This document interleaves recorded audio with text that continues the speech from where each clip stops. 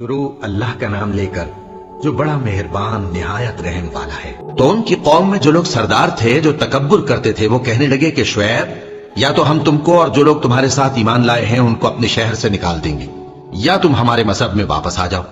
انہوں نے کہا خواہ ہم تمہارے دین سے بیزار ہی ہوں تو بھی اگر ہم اس کے بعد کہ اللہ ہمیں اس سے نجات بخش چکا ہے تمہارے مذہب میں لوٹ جائیں تو بے شک ہم نے اللہ پر جھوٹ باندھا اور ہمیں شایع نہیں کہ ہم اس میں لوٹ جائیں۔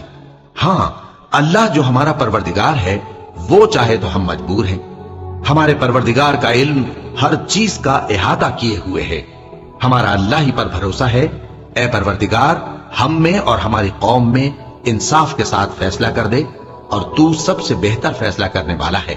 اور ان کی قوم میں سے سردار لوگ جو کافر تھے کہنے لگے کہ بھائیو اگر تم نے شعیب کی پیروی کی تو بے شک تم خسارے میں پڑ گئے۔ تو ان کو زلزلے نے آ پکڑا اور وہ اپنے گھروں میں اوندھے پڑے رہ گئے۔ یہ لوگ جنہوں نے شعیب کی تکذیب کی تھی ایسے برباد ہوئے تھے کہ گویا وہ ان میں کبھی آباد ہی نہیں ہوئے تھے۔ غرض جنہوں نے شعیب کو جھٹلایا وہ خسارے میں پڑ گئے۔ پھر شعیب ان میں سے نکل آئے اور کہا کہ بھائیو میں نے تم کو اپنے پروردگار کے پیغام پہنچا دیے اور تمہاری خیر خواہی کی تھی، تو میں کافروں پر عذاب نازل ہونے سے رنج و غم کیوں کروں؟ اور ہم نے کسی شہر میں کوئی پیغمبر نہیں بھیجا مگر وہاں کے رہنے والوں کو جو ایمان نہ لائے دکھوں اور مصیبتوں میں مبتلا کیا تاکہ وہ عاجزی اور زاری کریں۔ پھر ہم نے تکلیف کو آسودگی سے بدل دیا یہاں تک کہ وہ مال و اولاد میں زیادہ ہو گئے تو کہنے لگے کہ اسی طرح کا رنج و راحت ہمارے بڑوں کو بھی پہنچتا رہا ہے۔ تو ہم نے ان کو ناگہاں پکڑ لیا اور وہ اپنے حال میں بے خبر تھے۔ اور اگر ان بستیوں کے لوگ ایمان لے آتے اور پرہیزگار ہو جاتے تو ہم ان پر آسمان اور زمین کی برکات کے دروازے کھول دیتے، مگر انہوں نے تو تکذیب کی، سو ان کے اعمال کی سزا میں ہم نے ان کو پکڑ لیا۔ کیا بستیوں کے رہنے والے اس سے بے خوف ہیں کہ ان پر ہمارا عذاب رات کو واقع ہو اور وہ بے خبر سو رہے ہوں؟ اور کیا اہل شہر اس سے نڈر ہیں کہ ان پر ہمارا عذاب دن چڑھے آ نازل ہو اور وہ کھیل رہے ہوں؟ کیا یہ لوگ اللہ کے داؤں کا ڈر نہیں رکھتے؟ سن لو کہ اللہ کے داؤں سے وہی لوگ نڈر ہوتے ہیں جو خسارہ پانے والے ہیں۔ کیا ان لوگوں کو جو اہل زمین کے مر جانے کے بعد زمین کے مالک ہوتے ہیں یہ امر موجب ہدایت نہیں ہوا کہ اگر ہم چاہیں تو ان کے گناہوں کے سبب ان پر مصیبت ڈال دیں اور ان کے دلوں پر مہر لگا دیں کہ کچھ سن ہی نہ سکیں؟ یہ بستیاں ہیں جن کے کچھ حالات ہم تم کو سناتے ہیں، اور ان کے پاس ان کے پیغمبر نشانیاں لے کر آئے مگر وہ ایسے نہیں تھے کہ جس چیز کو پہلے جھٹلا چکے ہوں اسے مان لے۔ اسی طرح اللہ کافروں کے دلوں پر مہر لگا دیتا ہے۔ اور ہم نے ان میں سے اکثر لوگوں میں عہد کا پاس نہیں دیکھا اور ان میں اکثروں کو دیکھا تو بدکار ہی دیکھا۔ پھر ان پیغمبروں کے بعد ہم نے موسیٰ کو نشانیاں دے کر فرعون اور اس کے درباریوں کے پاس بھیجا تو انہوں نے ان کے ساتھ کفر کیا، سو دیکھ لو کہ خرابی کرنے والوں کا انجام کیا ہوا۔ اور موسیٰ نے کہا کہ اے فرعون میں رب العالمین کا پیغمبر ہوں، مجھ پر واجب ہے کہ اللہ کی طرف سے جو کچھ کہوں سچ ہی کہوں۔ میں تمہارے پاس تمہارے پروردگار کی طرف سے نشانی لے کر آیا ہوں، سو بنی اسرائیل کو میرے ساتھ جانے کی رخصت دے دیجئے۔ فرعون نے کہا اگر تم نشانی لے کر آئے ہو تو اگر سچے ہو تو لاؤ دکھاؤ۔ موسیٰ نے اپنی لاٹھی زمین پر ڈال دی تو وہ اسی وقت ایک بڑا اژدہا بن گئی، اور اپنا ہاتھ گریبان سے نکالا تو اسی دم دیکھنے والوں کی نگاہوں میں سفید براق یعنی روشن ہو گیا۔ تو قوم فرعون میں جو سردار تھے وہ کہنے لگے کہ یہ بڑا ماہر جادوگر ہے، اس کا ارادہ یہ ہے کہ تم کو تمہارے ملک سے نکال دے، بھلا تمہاری کیا صلاح ہے؟ انہوں نے فرعون سے کہا کہ فی الحال موسیٰ اور اس کے بھائی کے معاملے کو موقوف رکھیے اور شہروں میں نقیب روانہ کر دیجئے کہ تمام ماہر جادوگروں کو آپ کے پاس لے آئیں۔ چنانچہ ایسا ہی کیا گیا، اور جادوگر فرعون کے پاس آ پہنچے اور کہنے لگے کہ اگر ہم جیت گئے تو ہمیں صلہ تو عطا کیجیے گا نا؟ فرعون نے کہا ہاں ضرور، اور اس کے علاوہ تم مقربوں میں داخل کر لیے جاؤ گے۔ جب فریقین روز مقررہ پر جمع ہوئے تو جادوگروں نے کہا کہ موسیٰ یا تو تم جادو کی چیز ڈالو یا ہم ڈالتے ہیں۔ موسیٰ نے فرمایا تم ہی ڈالو۔ سو جب انہوں نے جادو کی چیزیں ڈالی تو لوگوں کی آنکھوں پر جادو کر دیا یعنی نظر بندی کر دی، اور لاٹھیوں اور رسیوں کے سانپ بنا بنا کر انہیں ڈرا ڈرا دیا اور بہت بڑا جادو دکھایا۔ اور اس وقت ہم نے موسیٰ کی طرف وحی بھیجی کہ تم بھی اپنی لاٹھی ڈال دو، تب وہ فوراً سانپ بن کر جادوگروں کے بنائے ہوئے سانپوں کو ایک ایک کر کے نگل جائے گی۔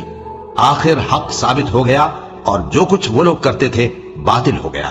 چنانچہ اس موقع پر وہ مغلوب ہو گئے اور ذلیل ہو کر رہ گئے، اور یہ کیفیت دیکھ کر جادوگر سجدے میں گر پڑے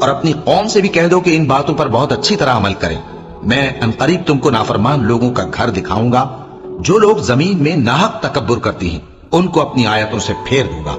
اگر یہ سب نشانیاں بھی دیکھ لیں تب بھی ان پر ایمان نہ لائیں، اور اگر بھلائی کا رستہ دیکھیں تو اسے اپنا رستہ نہ بنائیں، اور اگر برائی کی راہ دیکھیں تو اسے رستہ بنا لیں. یہ اس لیے کہ انہوں نے ہماری آیات کو جھٹلایا اور ان سے غفلت کرتے رہے. اور جن لوگوں نے ہماری آیتوں اور آخرت کی پیشی کو جھٹلایا ان کے اعمال ضائع ہو جائیں گے. یہ جیسے عمل کرتے ہیں ویسا ہی ان کو بدلہ ملے گا. اور موسیٰ کے بعد ان کی قوم نے اپنے زیور سے ایک بچڑا بنا لیا. وہ ایک جسم تھا جس میں سے بیل کی آواز نکلتی تھی. ان لوگوں نے یہ نہ دیکھا کہ وہ نہ ان سے بات کر سکتا ہے اور نہ ان کو رستہ دکھا سکتا ہے. اس کو انہوں نے معبود بنا لیا اور اپنے حق میں ظلم کیا. اور جب وہ نادم ہوئے اور دیکھا کہ گمراہ ہو گئے ہیں تو کہنے لگے کہ اگر ہمارا پروردگار ہم پر رحم نہیں کرے گا اور ہم کو معاف نہیں فرمائے گا تو ہم برباد ہو جائیں گے. اور جب موسیٰ اپنی قوم میں نہایت غصے اور افسوس کی حالت میں واپس آئے تو کہنے لگے کہ تم نے میرے بعد بہت ہی برا کام کیا. کیا تم نے اپنے پروردگار کا حکم جلد چاہا؟ یہ کہا اور شدت غضب سے تورات کی تختیاں ڈال دی اور اپنے بھائی کا سر پکڑ کر اپنی طرف کھینچنے لگے. انہوں نے کہا کہ بھائی جان، لوگ تو مجھے کمزور سمجھتے تھے اور قریب تھا کہ قتل کر دیں، تو ایسا کام نہ کیجئے کہ دشمن مجھ پر ہنسیں اور مجھے ظالم لوگوں میں شامل نہ سمجھیے. انہوں نے دعا کی کہ اے میرے پروردگار، مجھے اور میرے بھائی کو معاف کر دے اور ہمیں اپنی رحمت میں داخل کر، تو سب سے بڑھ کر رحم کرنے والا ہے. جن لوگوں نے بچڑے کو معبود بنا لیا تھا ان پر ان کے پروردگار کا غضب واقع ہوگا اور دنیا کی زندگی میں ذلت نصیب ہوگی. اور ہم افترا پردازوں کو ایسا ہی بدلہ دیا کرتے ہیں. اور جنہوں نے برے کام کیے پھر اس کے بعد توبہ کر لی اور ایمان لے آئے تو کچھ شک نہیں کہ تمہارا پروردگار اس کے بعد بخش دے گا کہ وہ بخشنے والا مہربان ہے. اور جب موسیٰ کا غصہ ٹھنڈا ہوا تو تورات کی تختیاں اٹھا لیں اور جو کچھ ان میں لکھا تھا وہ ان لوگوں کے لیے جو اپنے پروردگار سے ڈرتے ہیں ہدایت اور رحمت تھی. اور موسیٰ نے اس میعاد پر جو ہم نے مقرر کی تھی اپنی قوم کے 70 آدمی منتخب کر کے کوہ طور پر حاضر کیے. پھر جب ان کو زلزلے نے آ پکڑا تو موسیٰ نے کہا کہ اے پروردگار، اگر تو چاہتا تو ان کو اور مجھ کو پہلے ہی سے ہلاک کر دیتا. کیا تو اس فعل کی سزا میں جو ہم میں سے بے عقل لوگوں نے کیا ہے ہمیں ہلاک کر دے گا؟ یہ تو تیری آزمائش ہے. اس سے تو جس کو چاہے گمراہ رہنے دے اور جسے چاہے ہدایت بخشے. تو ہی ہمارا کارساز ہے، سو ہمیں ہمارے گناہ بخش دے اور ہم پر رحم کر. اور تو سب سے بہتر بخشنے والا ہے. اور ہمارے لیے اس دنیا میں بھی بھلائی لکھ دے اور آخرت میں بھی. ہم تیری طرف رجوع ہو چکے. فرمایا کہ جو میرا عذاب ہے اسے تو جس پر چاہتا ہوں نازل کرتا ہوں، اور جو میری رحمت ہے وہ ہر چیز کو شامل ہے. میں اس کو ان لوگوں کے لیے لکھ دوں گا جو پرہیزگاری کرتے اور زکوٰۃ دیتے اور ہماری آیتوں پر ایمان رکھتے ہیں. وہ لوگ جو اس رسول یعنی نبی امی کی پیروی کرتے ہیں جن کے اوصاف کو وہ اپنے ہاں تورات اور انجیل میں لکھا ہوا پاتے ہیں، وہ انہیں نیک کام کا حکم دیتے ہیں اور برے کام سے روکتے ہیں، اور پاک چیزوں کو ان کے لیے حلال کرتے ہیں اور ناپاک چیزوں کو ان پر حرام ٹھہراتے ہیں، اور ان پر سے بوجھ اور طوق جو ان کے سر پر اور گلے میں تھے اتارتے ہیں. تو جو لوگ ان پر ایمان لائے اور ان کی رفاقت کی اور انہیں مدد دی اور جو نور ان کے ساتھ نازل ہوا ہے اس کی پیروی کی، وہی مراد پانے والے ہیں. اے نبی، کہہ دو کہ لوگو، میں تم سب کی طرف اس اللہ کا بھیجا ہوا ہوں جو آسمان اور زمین کا بادشاہ ہے. اس کے سوا کوئی معبود نہیں. وہی زندگانی بخشتا ہے اور وہی موت دیتا ہے. تو اللہ پر اور اس کے رسول پیغمبر امی پر جو اللہ پر اور اس کے تمام کلام پر ایمان رکھتے ہیں ایمان لاؤ اور ان کی پیروی کرو تاکہ ہدایت پاؤ. اور قوم موسیٰ میں کچھ لوگ ایسے بھی ہیں جو حق کا راستہ بتاتے ہیں اور اسی کے مطابق انصاف کرتے ہیں. اور ہم نے ان کو یعنی بنی اسرائیل کو الگ الگ کر کے 12 قبیلے اور بڑی بڑی جماعتیں بنا دیا. اور جب موسیٰ سے ان کی قوم نے پانی طلب کیا تو ہم نے ان کی طرف وہی بھیجی کہ اپنی لاٹھی پتھر پر مار دو. تو اس میں سے 12 چشمے پھوٹ نکلے اور سب لوگوں نے اپنا اپنا گھاٹ معلوم کر لیا. اور ہم نے ان کے سروں پر بادل کو سائبان بنائے رکھا اور ان پر من و سلوہ اتارتے رہے اور ان سے کہا کہ جو پاکیزہ چیزیں ہم تمہیں دیتے ہیں انہیں کھاؤ. اور ان لوگوں نے ہمارا کچھ نقصان نہیں کیا بلکہ جو نقصان کیا اپنا ہی کیا. اور یاد کرو جب ان سے کہا گیا کہ اس شہر میں سکونت اختیار کر لو اور اس میں جہاں سے جی چاہے کھانا پینا، اور ہاں شہر میں جانا تو حتتن کہنا اور دروازے میں داخل ہونا تو سجدہ کرتے ہوئے، تو ہم تمہارے گناہ معاف کر دیں گے اور نیکی کرنے والوں کو اور زیادہ دیں گے.